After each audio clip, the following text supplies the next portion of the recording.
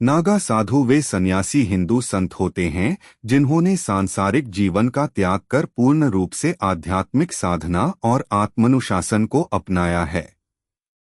वे मुख्य रूप से शैव परंपरा से जुड़े होते हैं और कठोर तपस्या, सादगीपूर्ण जीवन शैली और भगवान शिव के प्रति गहन भक्ति के लिए प्रसिद्ध हैं।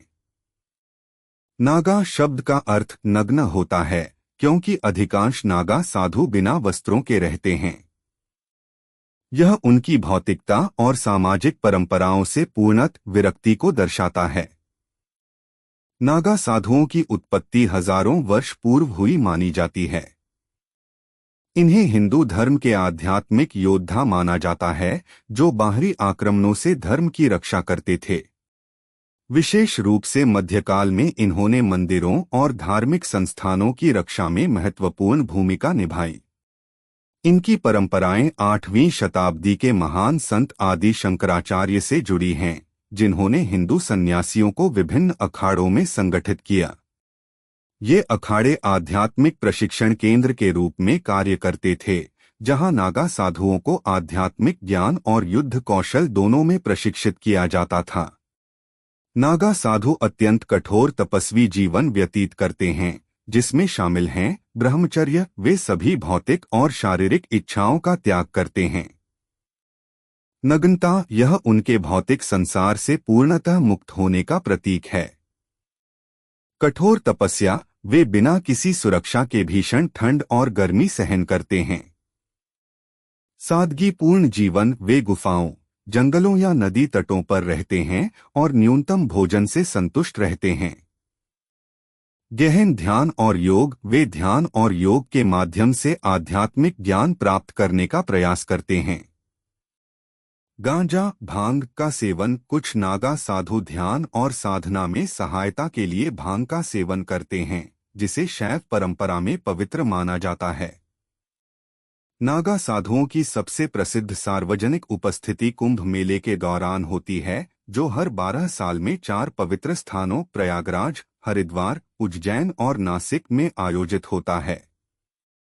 वे शाही स्नान का नेतृत्व करते हैं, जहां वे सबसे पहले पवित्र नदियों में डुबकी लगाकर आत्मशुद्धि का प्रतीक प्रस्तुत करते हैं। हजारों भस्म लिपटे नागा साधुओं का नदी में प्रवेश करना कुंभ मेले का सबसे अद्भुत और पवित्र दृश्य होता है। नागा साधु बनने के लिए व्यक्ति को कठोर दीक्षा प्रक्रिया से गुजरना पड़ता है, जो 12 वर्षों तक चल सकती है। इस प्रक्रिया में शामिल हैं परिवार और सांसारिक वस्तुओं का त्याग, किसी अनुभवी गुरु के सानिध्य में अखाड़े में प्रशिक्षण, अत्यंत सख्त अनुशासन और कठिन तपस्या का पालन, पवित्र अनुष्ठान और ध्यान साधना, शारीरिक और आध्यात्मिक प्रशिक्षण में भागीदारी।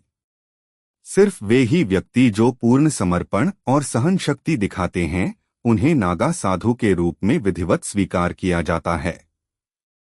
नागा साधु सनातन धर्म के रक्षक माने जाते हैं। उनका जीवन संपूर्ण त्याग, आत्मशक्ति और आध्यात्मिक ज्ञान का प्रतीक है। वे संसार को वैराग्य और भक्ति की शक्ति का संदेश देते हैं और साधकों को सांसारिक मोहमाया से ऊपर उठने की प्रेरणा देते हैं।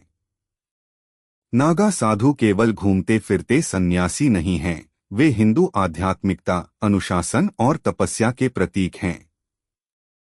कुंभ मेले में उनकी उपस्थिति और कठोर तपस्या उन्हें हिंदू धर्म की सबसे रहस्यमयी और प्रभावशाली परंपराओं में से एक बनाती है।